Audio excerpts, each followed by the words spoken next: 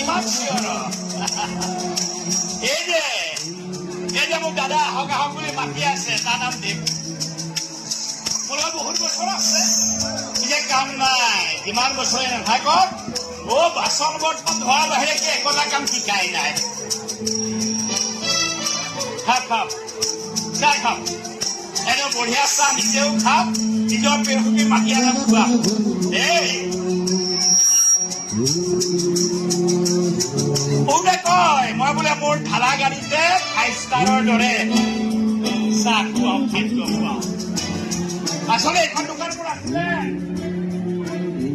দেউতাৰ আছিলে এই ঋষি হৈছে ৰাখা গাড়ী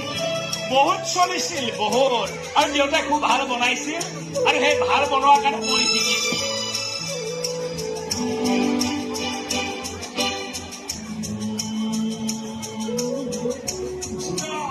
চাহ খাওক আৰু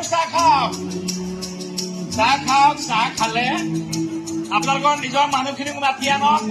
আপোনালোকক মই সদায় চাহৰ যোগান ধৰিম আপোনালোকে চাহ খাব মোক পইচা লাগে এই যে চাহ বেচিছো এই পইচাৰ মোৰ ভাইটিক ইঞ্জিনিয়াৰ বনাব লাগে ইঞ্জিনিয়াৰ বনাব আছে খাওক লৈ লওক হয় আপোনালোকে চাহ খালে পইচা বাঢ়িব পইচা বাঢ়িলে মই ভাইটিক কৈছো তই বোলো যিমান পঢ় যিমানে পঢ় মই তোক পঢ়াম মোৰ পিতাই কৈছিল বোলে ভাইটিক ইঞ্জিনিয়াৰ পঢ়াব লাগে বোলো হ'ব গেছ ধান বিক্ৰী কৰি হলেও মই তাক ইঞ্জিনিয়াৰ পঢ়াম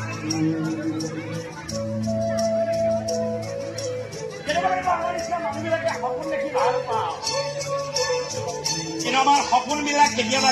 ভাগে আৰু সপোন ভাগিলে চকু পানী ওলাই আৰু এই চকু পানী চাহ কাপ নিজলৈকে আগুৱাই কওঁ মোৰ চকুৰে